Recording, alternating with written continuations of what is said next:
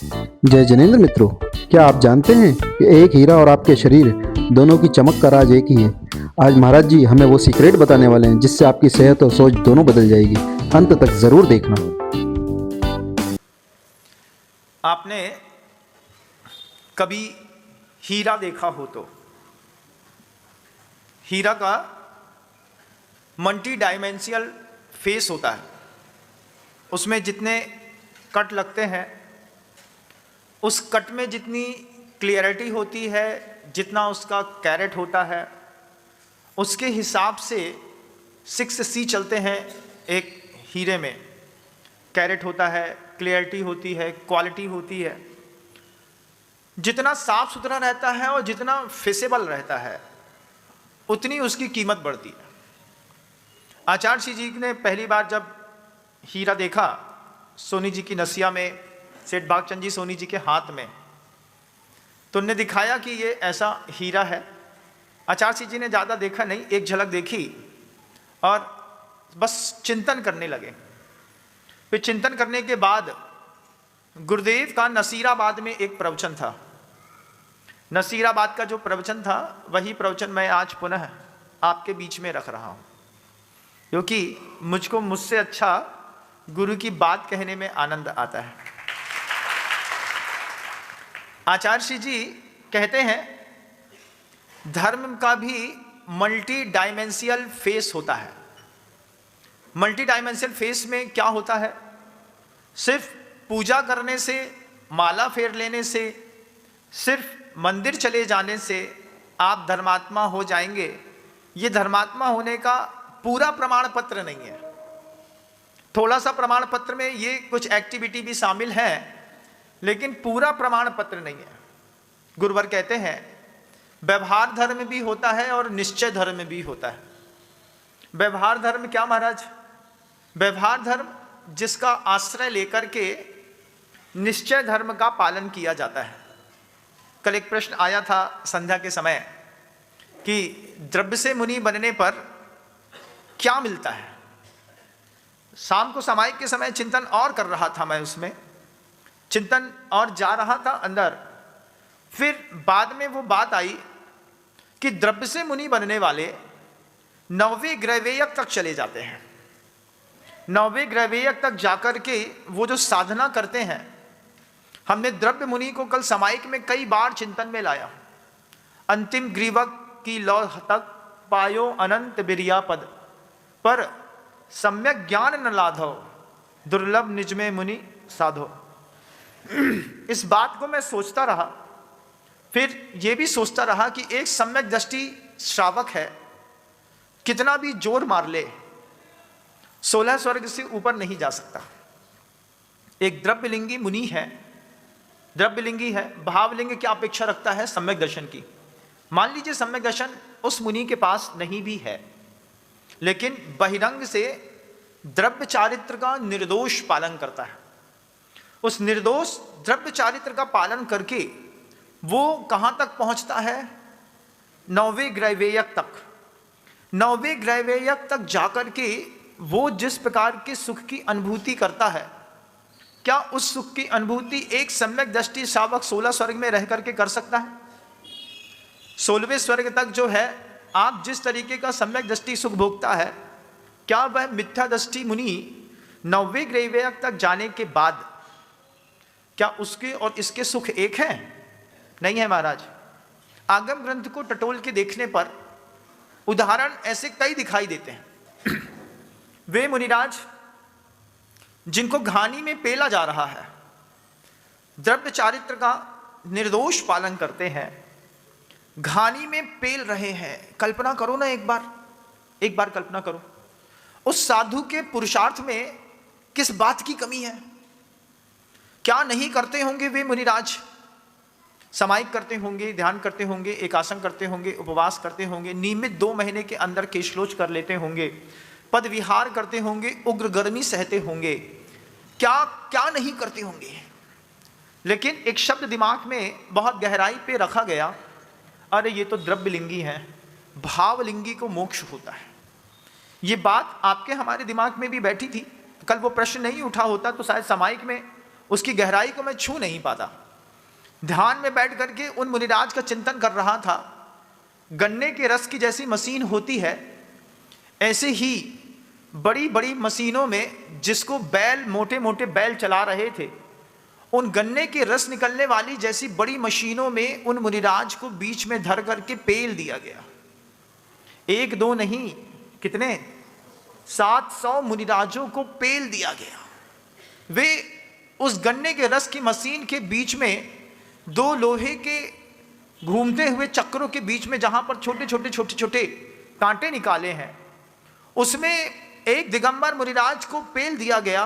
पेलने पर पहली बार में, गन्ना तो 3 बार पेलने पर रस देता है, लेकिन अगर किसी जीव को, सजीव को उसमें डाल दिया जाए तो दोबारा उसका रस निकालने की जरूरत नहीं पड़ती बंधुओं, पहली बार में ही प्राणांत हो जाता है। वे मुनिराज, कल्पना करिए एक बार आंख बंद करके, एक बार, वे मुनिराज द्रव्यलिंगी हैं। द्रव्यलिंगी मुनिराज को घानी में पेल दिया गया। पेले जाने पर आगम कहता है, उफ तक नहीं करी उनने, पेल दो मुझे, मैं इस शरीर का नहीं हूं, ये शरीर मेरा नहीं है। जब इतनी गहरी भावना द्रव्यलिंग का पालन करने के साथ है, तो फिर प्रश्न उठता है कि मिथ्या दर्शन को नाश क्यों नहीं कर पा रहा? जब इतना ऊंचा चारित्र का पालन कर रहा है, फिर सम्यक को प्राप्त क्यों नहीं कर पा रहा है? उत्तर मात्र एक होता है कि कुछ कर्म ऐसे होते हैं बंधुओं, जिनका इतना सूक्ष्म परिणमन होता है, उस सूक्ष्म परिणमन में जीव की दृष्टि नहीं जाती। उसमें जीव का पुरुषार्थ कमजोर है ऐसा नहीं, पुरुषार्थ तो इतना गजब का है कि 9वें ग्रेवियक तक गए उस साधना के बल पर, वहां पर जाकर के सुख भोग रहे हैं। अब वो भी थोड़ा सुख नहीं है, गृहस्थों जैसा सुख नहीं है, 16 स्वर्गों जैसा सुख नहीं है। 9वें ग्रेवियक का सुख अलग है, वहां पर मुनि ही जा सकते हैं, मुनिचर्या करने वाले जीव ही वहां पर पहुंचते हैं, सम्यक दृष्टि भी और मिथ्या दृष्टि भी। लेकिन 9वें ग्रेवियक तक जाने का जो पुरुषार्थ कर रहा है, वो व्यक्ति सम्यक दर्शन को प्राप्त करने के पुरुषार्थ में कहां पर चूक गया, ये पता नहीं चलता। तो आचार्य कहते हैं कि ऐसा सूक्ष्म परिणमन होता है। सम्यक्तम वस्तुतः सूक्ष्मम केवल ज्ञान गोचरो, ये पंक्ति है ग्रंथों में लिखी है। सम्यक्तम, सम्यक तो कैसा है? वस्तुतः इतना सूक्ष्म है। कैसा सूक्ष्म है? गुरुवर कहते हैं बस ऐसा सूक्ष्म समझो कि तुमने गाय का दूध निकाल करके गर्म करके बहुत अच्छे तरीके से उबाल करके गर्मी के दिनों में फ्रिज के ऊपर ठंडा होने रख दिया शाम के समय, और सुबह सो करके उठे तो सोचा होगा आपने कि दूध की बड़ी मलाई होगी गहरी, क्योंकि भैंस का 5 लीटर दूध था, मोटी मलाई पड़ी होगी, निकाल करके किनारे रख देंगे। हम मलाई बोल रहे हैं, महिलाओं की आंख में सही में मलाई झूमने लगी, ऐसे उंगली जाएंगे, ऐसे उठाएंगे, ऐसे डालेंगे, देखो गति कहाँ दिमाग चला जाता है। लेकिन जैसे ही खोल करके देखा तो दूध का दही जमा मिला। होता है कि नहीं? अपने आप भी दही जमता है कि नहीं जमता? जम जाता है महाराज। कैसे जम जाता है? बोले पता नहीं कौन सा निमित्त मिल गया महाराज।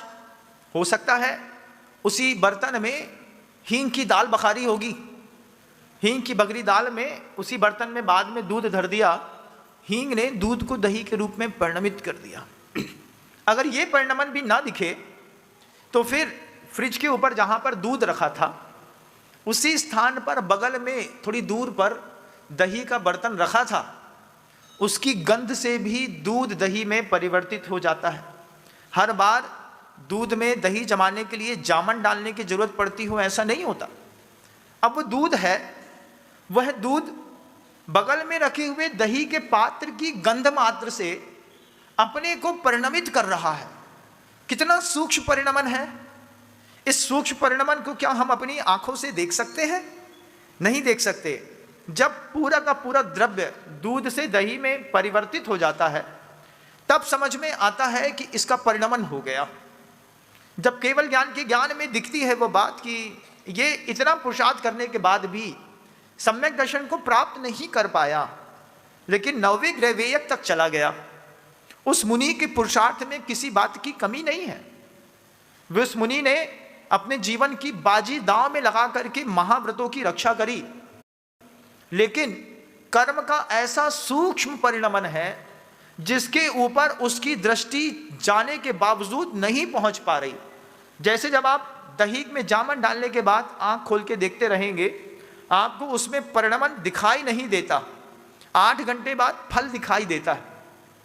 परिणमन दिख जाए, देखो ये दूध का दही हो गया, ये दही हो गया, ये दही हो गया, ये दही हो गया, ऐसा कुछ दिखाई नहीं देता। जैसे ठीक ऐसे ही किसी भी व्यक्ति का मिथ्यात्व कब टूटता है, कैसे टूटता है, किन कारणों से टूटता है, इसका परिणमन किसी को दिखाई नहीं देता।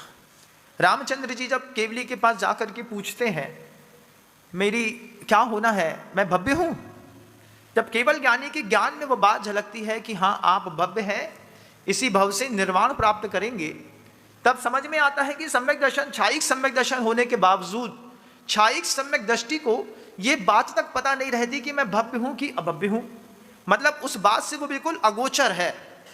अब जब हमें पता नहीं कि हमारे अंदर सम्यक दर्शन का परमाणु है कि मिथ्या दर्शन का, लेकिन एक महान आचार्य की संगति मिल जाए और हम निर्दोष चारित्र का पालन करने लगे, उस चारित्र का पालन करते वक्त सामने वाला अपने ज्ञान के क्षयोपशम से किसी दिगंबर मुनिराज को द्रव्यलिंगी घोषित कर दे, उसकी आंखों में वो चश्मा कहां से आया। पूछना चाहता हूं, जब केवल ज्ञान के ज्ञान में जो बात झलकती थी, वो बात तुम्हारे ज्ञान में कैसे झलक गई। और उन्होंने, उन पूरे लोगों ने मिल करके जो दिन भर किताबों में डूबे रहते हैं, दुनिया के जितने मुनिराज हैं सबको द्रव्यलिंगी लाइन से घोषित कर दिया, एक भी भावलिंगी नहीं दिखा। उनके भावलिंगी चश्मा पहन करके, कपड़े पहन करके बैठे हुए दिखे, लेकिन दिगंबर मुद्रा वाले भावलिंगी उनको नहीं दिखे। आचार्य कुंद भगवान ने कहा है ये भावलिंग पकड़ना आपके बस की बात नहीं है, लेकिन उन्होंने घोषणा कर दी और उन्होंने ये बात सिखाई कि द्रव्यलिंग का पालन करके अंतिम ग्रीवक की लौहद पायो अनंत बिरियापद। अनंत बिरियापद मान लो, द्रव्यलिंग का पुरुषार्थ करके 9वीं ग्रीवक तक कोई जीव गया है, क्या वो सामान्य है? उसकी साधना सामान्य है, उसका कुछ सामान्य नहीं है, लेकिन हजारों बार पुरुषार्थ किया है उस जीव ने मुक्ति को पाने का।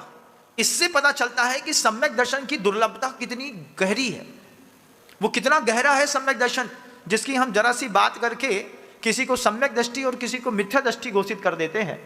ये सम्यक दर्शन और मिथ्या दर्शन ना हमारी ना आपकी आंख में पकड़ में आने वाला नहीं है।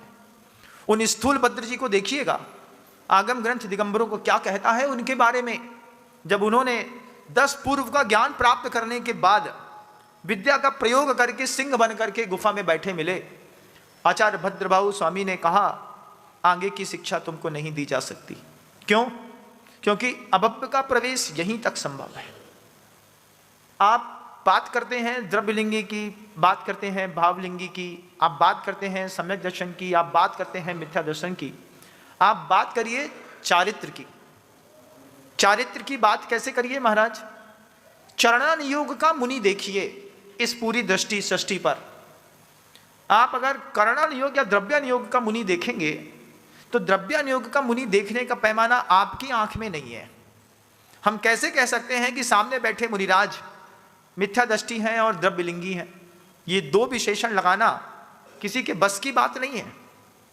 द्रव्य चारित्र क्या कमाल करता है, तो आपकी आंख में दिखाई दे रहा है कि निर्दोष द्रव्य चारित्र का पालन करके अनेक शक्तियों के स्वामी बन जाते हैं। वो रूप परावर्तनी विद्या सिद्ध कर ली द्रव्य चारित्र का पालन करके, और विद्याओं का सहारा लेकर के वो मुनि शेर बन करके गुफा में बैठ करके ध्यान में बैठा है। बिल्कुल मैं देखना चाहता हूं कि मैं शेर बन करके ध्यान में बैठूंगा तो कैसा लगूंगा। वो वहां पर प्रयोग कर बैठे। कितना गहरा है द्रव्य चारित्र, है ना? लेकिन हमारे दिमाग में इतनी बार भूसा भरा गया, द्रव्यलिंगी द्रव्यलिंगी द्रव्यलिंगी द्रव्यलिंगी, तो हमने हर साधु को द्रव्यलिंगी देखना शुरू कर दिया। द्रव्यलिंगी और भावलिंगी में क्या है महाराज? एक कारिका साथ में रखते हैं, विषयासा वसातीतो निरारंभो परिग्रह ज्ञान ध्यान तपह रखता तपस्वी स प्रशस्यते। ये गाथा रखते हैं जब हम बीच में, तो इस गाथा के अंतिम शब्द में जाइएगा, स तपस्वी प्रशस्यते। उन गुरुओं की मैं प्रशंसा करता हूं। वे गुरु कैसे हैं? विषयासा वसातीतो, विषयों की आशा के वश में नहीं है, उनको पार कर गए हैं। निरारंभो परिग्रह, आरंभ और परिग्रह से दूर है। और कैसे हैं? ज्ञान ध्यान तपह रखता, जिनका देह जिनका मन ज्ञान में ध्यान में लगा हुआ है, ऐसे गुरु की प्रशंसा करता हूं। किस लिए? वंदे तद्गुण लब्धये, उन गुणों की मैं भी प्राप्ति कर सकूं। 22 कैरेट का गोल्ड, 24 कैरेट का गोल्ड, 20 कैरेट का गोल्ड पहनते हैं हाथ में कि नहीं पहनते? 20 कैरेट भी पहनते होंगे। 18 कैरेट का पहनने पर 18 कैरेट के गोल्ड वालों में तांबा अलग दिखाई देता है और सोने की चमक बिल्कुल फीकी पड़ जाती है। तो बाहर से 18 कैरेट वाले दिखाई देते हैं। कैसे? बाहर से साधु रूप में दिखाई देते हैं योगी में, अंदर भोगी रूप में दिखाई देते हैं। वे 18 कैरेट वाले हैं। 18 कैरेट वाले में अलग अलग सब दिखाई देगा। आने से पहले संदेशा भेज देंगे, एसी लगा देना भैया 2 कमरे में, ध्यान रखना। 18 कैरेट इस तरीके की बात कर सकता है। 18 कैरेट वाले एसी की बात कर सकते हैं, कमोड की बात कर सकते हैं। 18 कैरेट वाले सामने गैस जला करके गरम रोटी खाने की बात कर सकते हैं। इसमें बाहर से वो दिखते हैं साधु के जैसे, अंदर से तितिक्षा के भाव से बिल्कुल शून्य मिलते हैं। इनकी तो बात नहीं कर रहे। कुछ भी पद और किसी भी प्रतिष्ठा में ऐसे पुरुषों को बैठा भी दीजिएगा, इनको खुद अनुभूति नहीं होगी। आचार्य भी बना देंगे ना ऐसे लोगों को, जो लोग एसी में बैठ करके, जो लोग गरम रोटी सामने सब्जी बनवा करके मेनू दे करके, जो लोग सामने से आकर के पहले बोल देते हैं कमोड अटैच है कि नहीं है। सोचिए धवला ग्रंथ बगल में रखा होगा, वहीं पे कमोड रखी होगी, वहां पर जाते होंगे। ये 18 कैरेट के गोल्ड वाले लोग हैं, जिसमें बहिर्लिंग अलग दिखता है और अंदर का भोगीपना बिल्कुल अलग दिखता है। इनकी बात नहीं है, लेकिन संसार में ये भी दिख जाएंगे आपको, ऐसे लोग भी दिख जाएंगे। ये बागड़ की धरती तो ऐसी जबरदस्त है। इस बागड़ की धरती ने शुद्ध चारित्र की हमेशा पूजा करी है। शुद्ध चारित्र वालों को सर माथे बैठाया है, उन्हीं की प्रशंसा करी है। उसमें आपको 22 कैरेट मिल जाएगा, 20 कैरेट मिल जाएगा। वे निर्दोष चर्या का पालन करते हैं, 9वें ग्रह तक जाने की साधना करते हैं, और 9वें ग्रह तक जाकर के भी लौट करके संसार में जो आते हैं, वे अपने उस सूक्ष्म पुरुषार्थ को देख नहीं पा रहे, क्योंकि कर्म इतना तीव्र है। कितना तीव्र है? सब पुरुषार्थ करके देख लिया, लेकिन उसके बाद भी वो मिथ्यात्व का परमाणु टूट नहीं पाया। आपने तो कह दिया महाराज हमारे सच्चे देव शास्त्र गुरु का संकल्प है। कहने मात्र से सम्यक दृष्टि नहीं बन जाते बंधु। कहने मात्र से सम्यक दृष्टि बन जाते तो फिर आपकी तो कब की वाहवाही हो गई होती। मल्टी डायमेंशियल है धर्म। इस व्यवहार धर्म की कीमत देखिए सबसे पहले, कि ये व्यवहार धर्म कितना गजब का कमाल करता है। ये व्यवहार धर्म साधु को 9वें ग्रह तक लेकर के जाता है। आपकी भी स्थिति पूछता है, श्रावक की भी। श्रावक का व्यवहार धर्म कैसा था? ज्ञान के मामले में आपका व्यवहार धर्म कैसा है? पूजा के मामले में कैसा है? अपने कुल की आचरण संहिता की रक्षा मामले में आपका धर्म कैसा है? अपनी जाति की रक्षा करने के मामले में, सुरक्षा करने के मामले में आपका धर्म कैसा है? एक सांप देखा था मैंने। कहाँ देखा था महाराज? मोबाइल में देखा था एक सांप। उस सांप को भूख लगी थी। भूख के चक्कर में वो सांप अपनी ही पूंछ से अपने आप को निगलना शुरू कर रहा है। कभी एक साथ दृश्य देखिएगा, आपने कहीं कहीं देखा हो तो। खाने को कुछ मिला नहीं, तेज भूख लगी।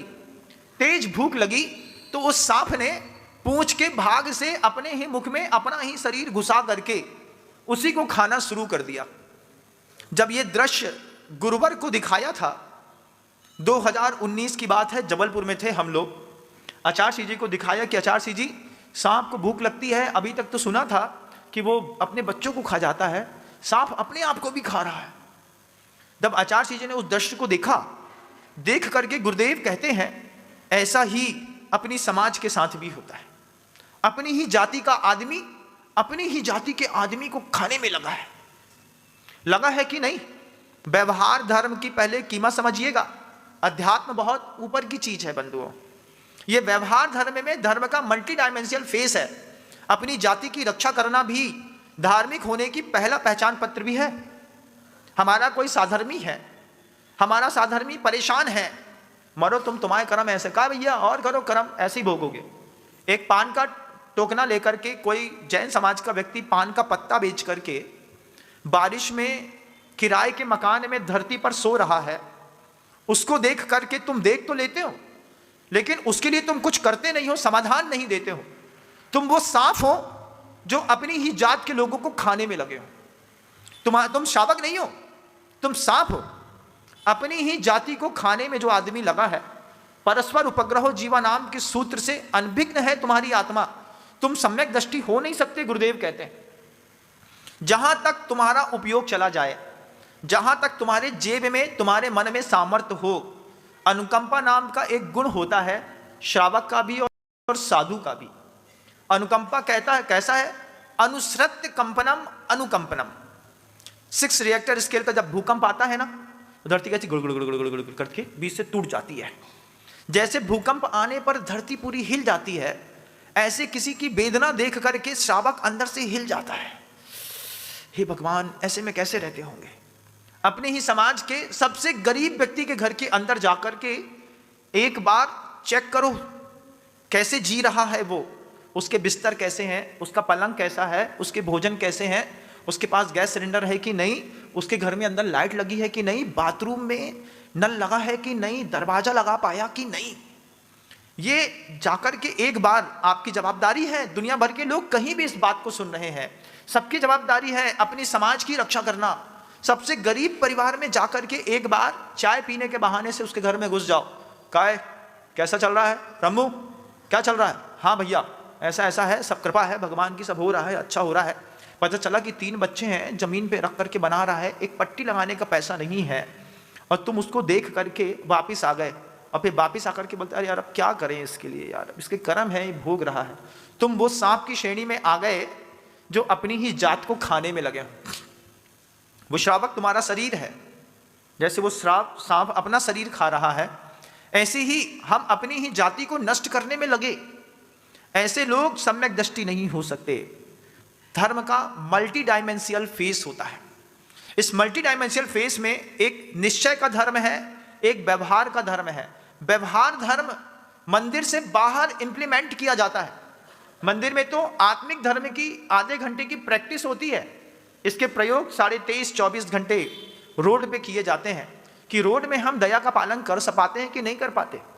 मैं जब कभी भी देखता हूं ऐसे दृश्यों को, आप भी देखते होंगे ऐसे दृश्यों को, कोई छोटा सा व्यक्ति बैठा है, मान लीजिए जैन समाज का कोई व्यक्ति है, गैस चूल्हा सुधार करके साइकिल में जा करके और घर घर जा करके अपनी जीवनचर्या कर रहा है, और आप सब संपन्न लोग उसको देखते हैं लेकिन उसकी व्यवस्था नहीं करते।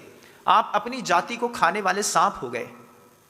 शब्द बुरा ना लगे, क्योंकि बुराई तो आप बहुत जल्दी मान लेते हैं, लेकिन इंप्लीमेंट करने के मामले में नहीं आते। इसमें भी समाज का पैसा लगता है। गुरुदेव इसमें भी समाज का पैसा लगाते थे। एक महान आचार्य परमेष्ठी किस किस गुणों से सचे रहते हैं, उनके लिए एक दोहा लिखा है गुरुदेव ने। फूल फलों से ज्यों लदे घनी छाव के वृक्ष, शरणागत को शरण दे श्रमणों के अध्यक्ष। श्रमणों के जो अध्यक्ष हैं उनका काम सिर्फ मुनियों को पालने का नहीं, शरणागत को शरण दे, जो उनकी शरण में आ जाए।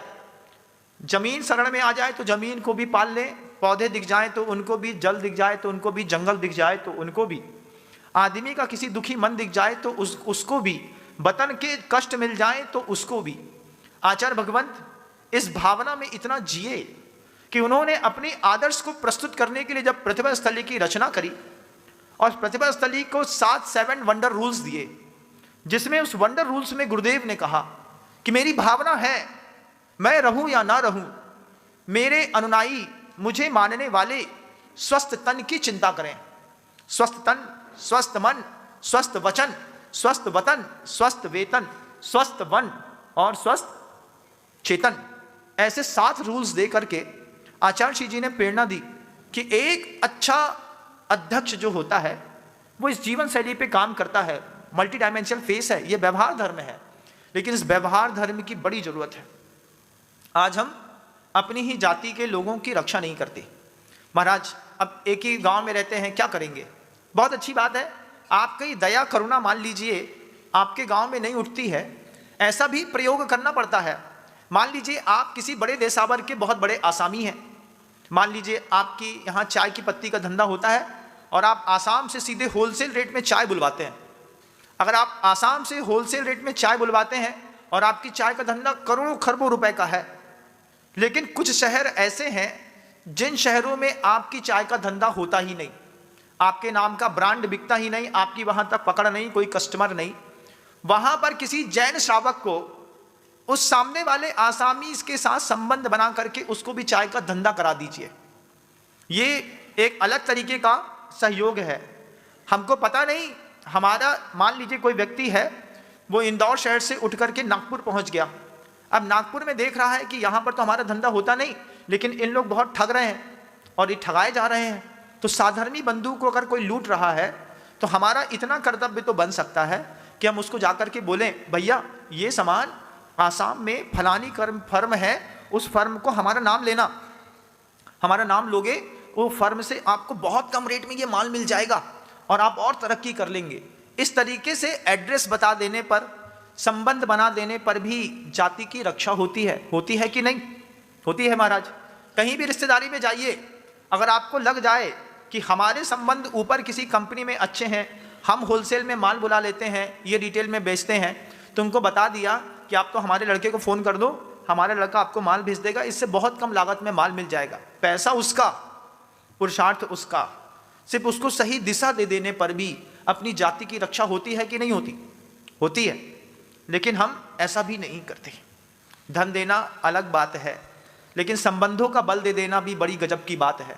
हमारे संबंध हैं ऊपर, आप भी अपना वहीं बना लीजिए। हम फ़ोन कर देते हैं, ये आप एक काम करो, 2 लाख रुपए का बेच करके पहले बुलवा लो।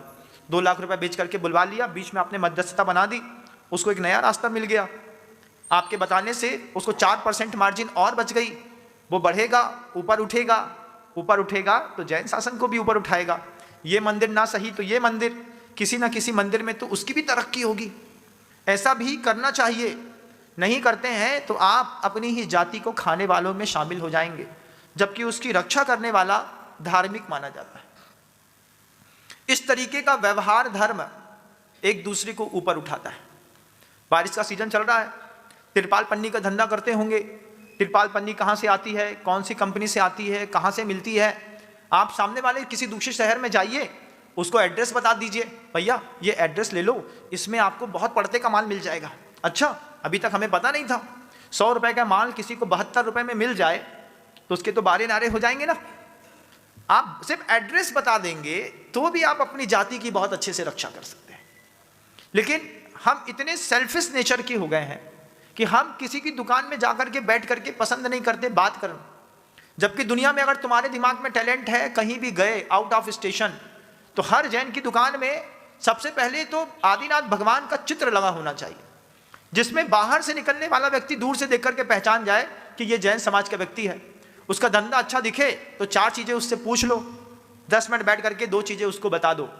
पूछने और बता देने से आपस में जो साधर्मी स्नेह वात्सल्य बढ़ता है, रिश्तेदारी में भी बता देने से, तुम्हारा क्या चला गया बताओ, तुम्हारा तो वहां पे धंधे नहीं होता था, वहां पे तुमको सिर्फ बातें बतानी बस थी और सामने वाला ऊपर उठ जाता। इसको साधर्मी वात्सल्य कहते हैं।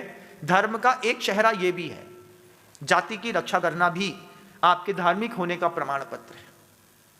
उसके बाद आचार्य कहते हैं अपने और समाज के बल की रक्षा करना भी, उसके लिए भी ये भी एक मल्टी डायमेंशनल फेस में अपनी शक्ति का और समाज की शक्ति की रक्षा करना भी हमारी जवाबदारी है। एक व्यक्ति कहीं किसी केस में मान लो गलती से फंस गया, तब वो अकेला ही उलझेगा कि तुम भी थोड़ा बहुत सहयोग करोगे। कर सकते हैं कि नहीं? करेंगे महाराज, लेकिन बिना पैसे के नहीं करेंगे। समाज वालों को, अरे बिल्ली भी एक घर छोड़ देती है, हम क्या समाज के लोगों को थोड़ा भी नहीं छोड़ सकते? छोड़ सकते हैं। इतनी दुनिया भर के लोग हैं, इससे कमा लेंगे, इससे कमा लेंगे। भैया अपन तो घर के हैं, घर में 2 रुपए कम ले लो। लेकिन लुटेरों की दुनिया बन रही है। इस लुटेरियों की दुनिया से भी बड़ा फर्क पड़ता है। आज आप देखिएगा पूरी दुनिया में आपकी जैनों की दुकान में अगर कोई जैनी सामान लेने चढ़ गया तो जैनी को क्या बोले, बहुत दिन बाद आए हैं, बड़ा सेठ आदमी है, जितना पैसा लगाना है लगा लो। अरे भैया इसका ये रेट, बोले भैया इससे कम की पड़ती नहीं। अरे नहीं, वो फलाने वाले के घर में जाते हैं तो उसके यहाँ तो कम में मिल रहा है। बोले उसका माल हल्का होगा, हमारा माल तो ऊंचा है। हम बातें बहस बहुत कर लेंगे, रेट कम ना करेंगे। ये बात तय है ना? बिल्कुल तय है। क्यों? हम ग्राहकी को काहे छोड़ें, चाहे जैन हो चाहे अजैन। इसलिए जो घर की बेटियां भी होती हैं वे अपने घर में हीरा मोती सोने चांदी के आभूषण नहीं गड़वाती। क्यों? बाप की आदत है। ये हमारे सोने में भी थोड़ा सा टांका बट्टा तो लगा ही देंगे, क्योंकि सुनार असली है तो बेटी की चैन भी क्यों ना हो उसमें भी सिर्फ थोड़ा सा तो बचा ही देता है। छोड़ना सीखिए, नहीं तो अमेजॉन और ये दूसरी जो कंपनियां होती है ना ऑनलाइन वाली, ये आपका पूरा धंधा साफ कर देंगी। अमेजॉन का भी ये भी एक साधारण बासल है, बात दिमाग में आ गई तो मैं बोल ही देता हूँ कि आपने मोबाइल में से कोई सूट चॉइस किया, वो सूट आपने बुला लिया, आपने देखा 750 रुपये का सूट है, बहुत अच्छा है, फैब्रिक बहुत अच्छा है। अब आप एक और अच्छा काम कर सकते थे कि आप किसी कपड़े की दुकान में जा करके कपड़े वाले से बोलते कि भैया ये सूट हमको ऑनलाइन 750 का मिल रहा है, इसको तुम कितने में बुला दोगे। सामने वाला अपने व्यापारी से बात करता, हो सकता है उस सूट में 200 रुपये का मार्जिन हो, सामने वाला आपको बोल दे मैं आपको 750 का दे दूंगा। लेकिन आपको तो अमेजॉन से लेने की आदत है, हम 200 रुपये ज़्यादा दे देंगे, दुकान हमारी मर जाएगी। एक बार आप आदत डाल के देखिएगा, इस बात की पूरी दुनिया के लोगों से कहना चाहता हूं, अमेजॉन में कोई भी वस्तु आपको बिक रही है, मिल रही है किसी भी रेट में, उसी रेट का स्क्रीनशॉट लेकर के आप अपने लोकल मार्केट के किसी भी दुकानदार के यहाँ घर में बैठे बैठे पोस्ट कर दो, बोले हमको ये वाला सलवार सूट चाहिए है, ये यहाँ पर इतने का मिल रहा है, अगर आप इससे कम में दिला दो तो सामने वाले का अगर मान लो कहीं पे पड़ता बनेगा तो वो भी 2 पैसे बचाएगा, आपके भी 100 रुपये बचेंगे। 800 रुपये की चीज़ मान लो सामने वाले की दुकानदार 700 रुपये में आपको दे दे तो बुराई क्या है। अमेजॉन से आने में भी 3-4 दिन लगते हैं, वो सामने वाला ग्राहकी भी दुकानदार भी आपको बोलेगा दीदी 3 दिन बाद दे देते हैं। अब वो 3 दिन में अपने 200 रुपये भी कमा लेगा, आपका 100 भी बचा लेगा, और किसी कंपनी को वो भी नहीं जाएगा। अभी बड़ी हंसी आई, एक गृहस्थ ने अभी परसों की बात है, बोले महाराज श्री घर के अंदर बैठे थे तो बैठे बैठे आधा किलो गुड़ बुलवा लिया। आधा किलो गुड़ बुलाया, कैसे? अमेजॉन से। हमने कहा कितने का आया? बोले 48 रुपए का आधा किलो, 450 ग्राम। हमने कहा तो एक बार गुड़ दिखाना, उसके दर्शन कर लूँ मैं कैसा दिखता है। बोले महाराज जी गुड़ तो बिल्कुल वैसा ही था जैसे मार्केट में बिकता है, बस उसमें 5 रुपए की पन्नी लगा करके, और सोचिए 38 रुपए का 1 किलो सबसे बेहतरीन गुड़ आपको मार्केट में मिल जाएगा, लेकिन आपने 48 रुपए का 470 ग्राम गुड़ बुलवा करके कौन सा तीर मार लिया। अरे महाराज जी जाना नहीं पड़ता ना कहीं पे, बाहर जाओ फिर निकलो फिर चेंज करो फिर बातें करो, अच्छा नहीं लगता। अमेजॉन अच्छा है, इसी में मोबाइल में 6 बटन दबाई, उसने बोल दिया आज शाम को, कल सुबह, दोपहर को, शाम को कुछ ना कुछ आ ही जाएगा। लेकिन इससे क्या हुआ, तुम तो मूर्ख बने ही बने। 38 रुपये में 1 किलो गुड़ आता, तुम आधा किलो गैया को खिला देते, आधा तुम खा लेते तो भी सस्ता पड़ता। लेकिन तुमने 45-47 रुपए का 470 ग्राम गुड़, और उसमें जागरी भी दिखा है बेच रहे हैं, और तुमने खरीद लिया। मूर्ख चंदों की जय हो। ऐसे कितने मूर्ख चंद हैं इस संसार में जो इस तरीके का काम करते हैं। ये भी क्या है, जाति विरोधी काम है। आप अमेजॉन से कोई भी सामान बुलाते हैं, अमेजॉन से सामान बुलाने पर आपका पैसा एक जगह सेंट्रलाइज होता है, आपकी लोकल इकोनॉमी में फर्क पड़ता है। और अगर आप लोकल इकोनॉमी को डेवलप करना चाहते हैं तो दुनिया की कोई भी चीज़ देख लीजिए, देख करके संबंधित दुकानों में उसको एक व्हाट्सएप मैसेज सेंड कर दीजिए, हमको ये चीज़ चाहिए है, बुला के दिखा दो, दिखा लीजिए, ले लीजिए, उपयोग कर लीजिए। नहीं होगी तो उसको कंडीशन रख दो, अमेजॉन वापस करता है तुमको भी वापस लेना पड़ेगा। उसको पढ़ते का होगा तो वो बुला भी देगा, 200 अपने कमा भी लेगा, आपको चीज़ भी दे देगा, अपना परिवार भी चला लेगा, आपका भी 100 रुपये बचा लेगा। इस तरीके के प्रयोग आप कर सकते हैं कि नहीं? बोलो, कर सकते हैं। करेंगे कि नहीं? महाराज जी अमेजॉन से बुलाएंगे ना, उसमें पता नहीं चलता है क्या बुलाया है, बाहर निकलो तो पता चल जाता है क्या बुलाया।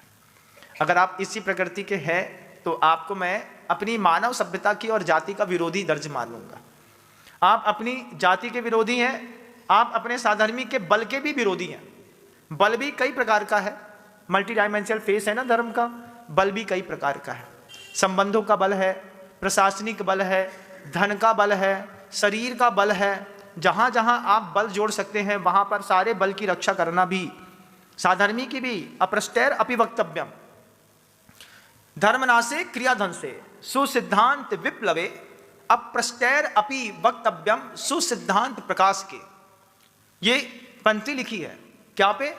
धर्म का नाश होता हो, हमारा या हमारे साधर्मी का, क्रिया ध्वंसे, क्रिया मिट रही हो, सुसिद्धांत विप्लवे, और किसी भी प्रकार के सिद्धांतों का लोपन किया जा रहा हो, उस वक्त ये मत सोचो कि ये पूछेगा तो बताएंगे। आचार्य कहते हैं अप्रष्टैर अपि वक्तव्यम, सो सिद्धांत प्रकाश ने बिना पूछे भी बताना चाहिए, और लोग बताते हैं। हमारे जीवन में घटा ये बात। हम और मुनि महासागर जी महाराज जी थे, हम दोनों चंद्रगिरी डोंगरगढ़ में बैठ करके द्रव्य संग्रह पढ़ रहे थे। महासागर जी बोले आचार्य क्लास नहीं लगा रहे हैं, अपन एक द्रव्य संग्रह पढ़ लेते हैं। अब हमने इसके पहले कभी द्रव्य संग्रह पढ़ा नहीं था। द्रव्य का संग्रह तो किया था, लेकिन द्रव्य संग्रह नहीं पढ़ा था। तो हमने कहा कि गर्मी का समय था, हमने कहा चलो पढ़ लेते हैं। तो खुले में बैठ करके द्रव्य संग्रह की क्लास पढ़ना शुरू करी। द्रव्य संग्रह की क्लास पढ़ी तो वहीं पर करीब 20 फीट की दूरी पर संभव सागर जी महाराज जी धवला पुस्तक 5वीं का स्वाध्याय कर रहे थे। हम दोनों बैठे थे, हम लोग की आवाज़ उनके कान तक जा रही थी। तो जाने पर पहली गाथा चली, जीव मजीवम दब्बम जिनवर वसहेण जेण निर्दिठम देविंद विंद वंदम वंदे तम सब्बदा सिरसा।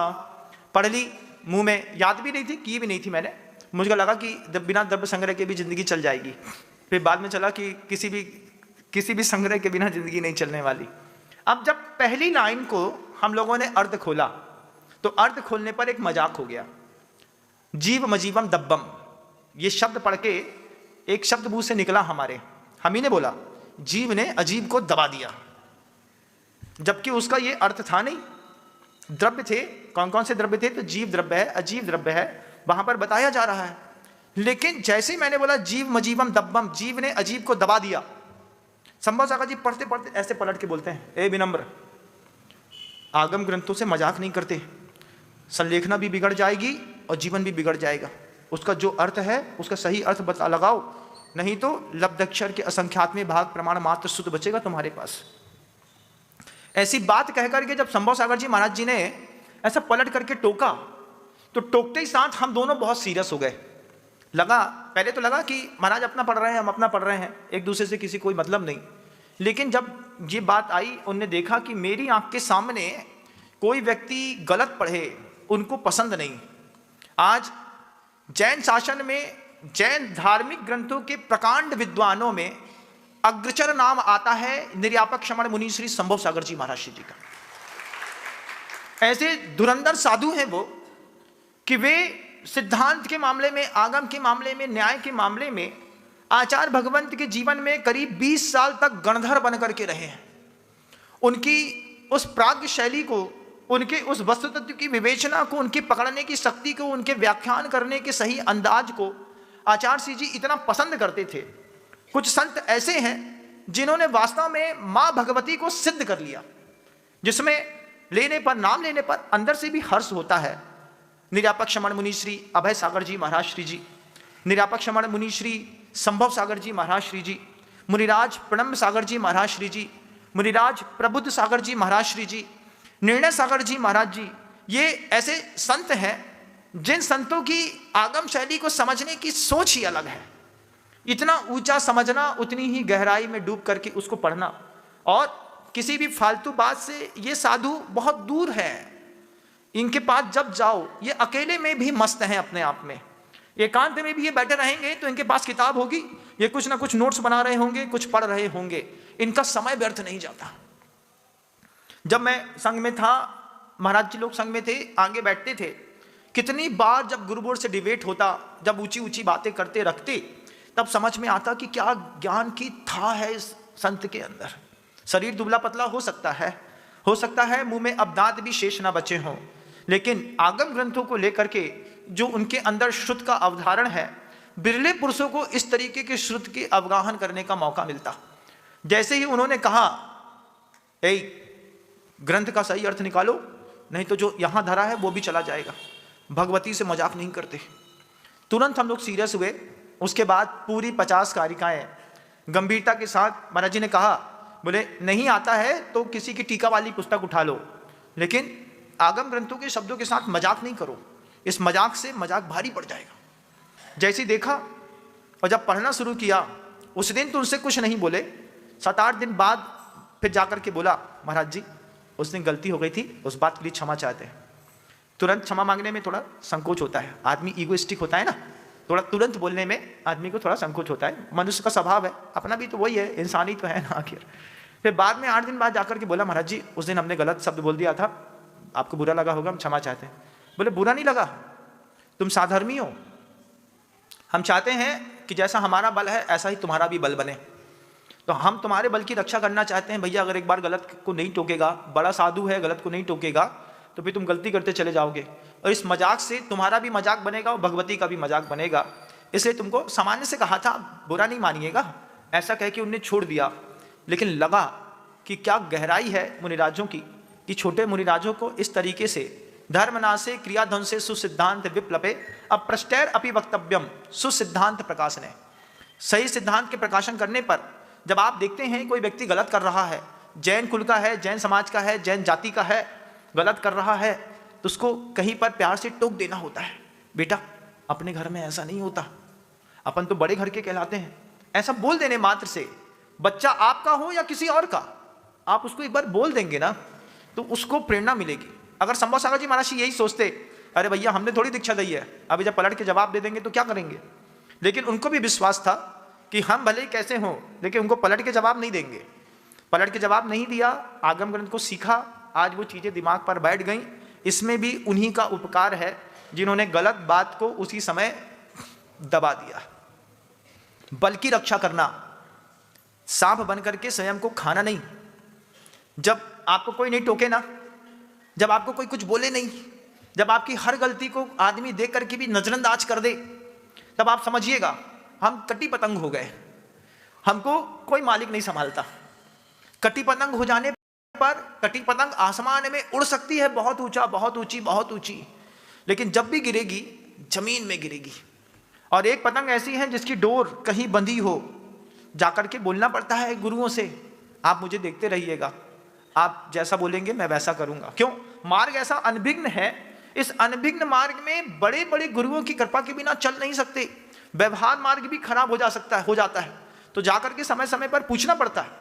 गुरुवर के पास जाता था, गुरुवर के पास जाकर के बैठ करके बोलता था, कभी अकेले में चला गया, जाते ही साथ हाथ जोड़ लिया, हाथ जोड़ करके बोलता था, मुझसे पूछा था आप मुझसे संतुष्ट तो है ना, ऐसा पूछ लेता था।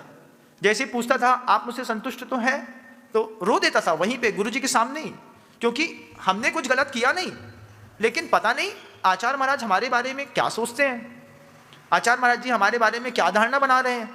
तो बार बार उनके पास जाकर के उनसे हाथ जोड़ करके अपने वाणी गदगद यन वपुः पुलकयन नेतद् द्वयम् श्रावयन्, पूछने वाले की एक शैली होती है, वाणी गदगद यन, वाणी में गदगद पना, वपुः पुलकयन, शरीर में रोमांच खड़ा हो जाना, जैसे ठंडी में ठंडे पानी का हाथ लगा दो तो रोम खड़े हो जाते हैं, ऐसे शरीर का रोम खड़ा हो जाए, वाणी कुछ अवरुद्ध हो जाए, नेतद्वयम् श्रावयन्, दोनों आंखों से थोड़ा जल बह जाए।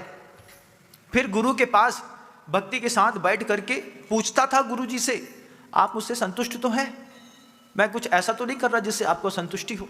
तो आचार्य से हाँ ठीक है, सब बढ़िया, अच्छा, इतना जब बस वो बोल देते थे सब बढ़िया है, अच्छा है, ठीक है, कोई विकल्प नहीं है, इतने में लगता था कि सारे अपराध माफ हो गए। और उसमें भी अगर गुरुवर को कभी कुछ कहना रहा तो गुरुवर कह भी देते थे, अच्छा से कहते थे आप लोग इस तरीके का व्यवहार करते हैं, ये ठीक नहीं है। हाँ गुरुदेव आपने संकेत दे दिया है, हम सुधार लेते हैं, कुछ बोलो तो आप बोलो और हम सुधारेंगे, हमारी जवाबदारी है। ये जैसे ही गुरुवर ने कोई संकेत दिया तो खुद के साथ भी और कुछ साधर्मियों को भी बता दिया, ये 3-4 लोगों को इस बात की जानकारी होना चाहिए, आप ध्यान रखिएगा। जी गुरुदेव, कम से कम पता तो चला कि महाराज के, आचार्य महाराज के मन में हमको लेकर के कोई विकल्प है, पता तो चला। तो बार बार आचार्यों के पास जा करके, जब मिले उनके पास जा करके, भक्ति के पास बैठ करके हाथ जोड़ करके पूछना होता है, आप मुझसे संतुष्ट तो है? हाँ मैं आपसे संतुष्ट हूँ। इतने में निर्विकल्पता शिष्य को भी बढ़ती है, साधु को भी लगता है कि ये शिष्य जो है अभी भी हमारे इस वृक्ष से रस ले रहा है, ऐसा नहीं कि डगाल में टंगा तो है लेकिन रस लेना बंद कर दिया। परिवार में कई बच्चे ऐसे होते हैं ना, परिवार में रहते तो हैं लेकिन परिवार से रस नहीं लेते हैं, उनकी अलग ही जिंदगी चलती है। घर में कैसे हैं, हम मुसाफिर जैसे हैं, जब मर्जी होगी आएगी, जब मर्जी होंगे चले जाएंगे। खाना खाना है, नहीं खाना, अब दोबारा नहीं पूछा जाएगा आपसे खाना खाना है कि नहीं खाना। क्यों भैया, उसका कोई भरोसा नहीं, वो मोड़ा बिल्कुल अजब है, कहाँ खाएगा, क्या करेगा, क्या रहेगा, घर वालों को ही नहीं पता। रहते घर में है, घर वालों को पता नहीं क्या हुआ, घर में रहता तो है लेकिन घर से रस नहीं ले रहा, संघ में रहता है लेकिन संघ से रस नहीं ले रहा। संघ में जाकर के आचार्य महाराज की सेवा करके उसका रस निकालता है, तो रस ना निकाल करके बचने का अगर प्रयास करता है, छिपने वाले कभी छिप नहीं सकते, आज नहीं तो कल आपको सामने फेस करना पड़ेगा। हम लोग हमेशा एक दूसरे से कहते थे आचार्य से डरने से अच्छा है आचार्य का सामना कर लेना। सामना करने पर एक बार, दो बार, चार बार आदत पड़ जाएगी तुमको भी और उनको भी कि ये मट्ठर है, ये गलती करेगा, खुद आकर के सामने आकर के बोल देगा। तो इस तरीके से जब आप गुरु के सामने जाकर के खड़े हो जाएं, उनसे पूछ लें, वे संतुष्ट हैं तो तीर्थंकर संतुष्ट हैं। क्यों?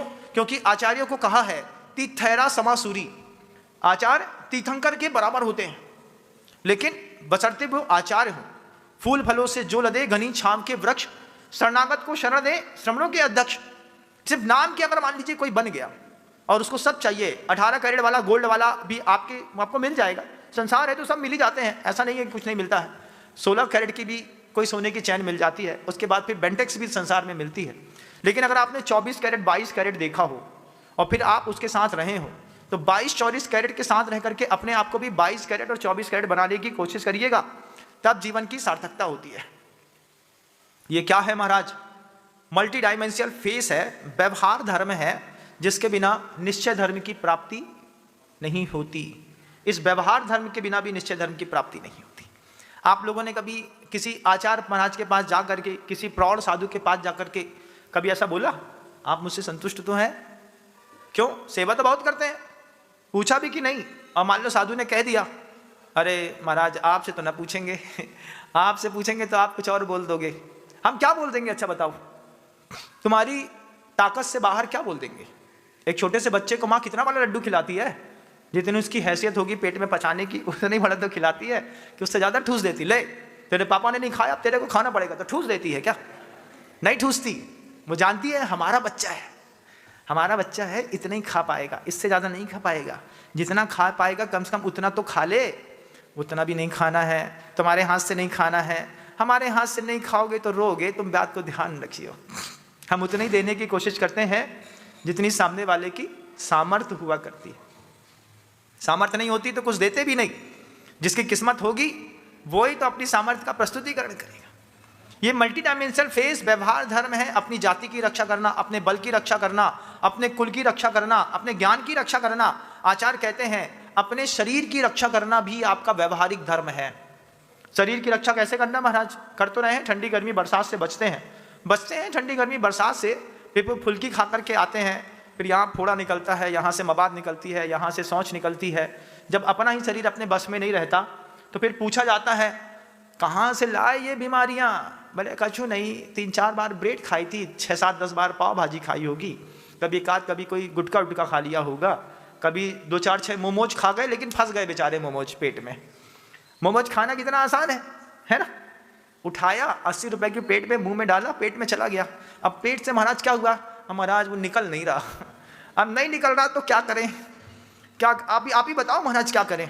गर्म ठंडी पानी की पट्टी बोलो पट्टी लगा लेते हैं, एनीमा बोलो एनीमा लगा लेते हैं, जुलाब बोलो जुलाब खा लेते हैं, डल्कोलेक्स खा लेते हैं, क्रीमालेक्स खा लेते हैं, लेक्सेटिक की कोई और दवाई हो वो खा लेते हैं, रेवन चीनी खा लेते हैं।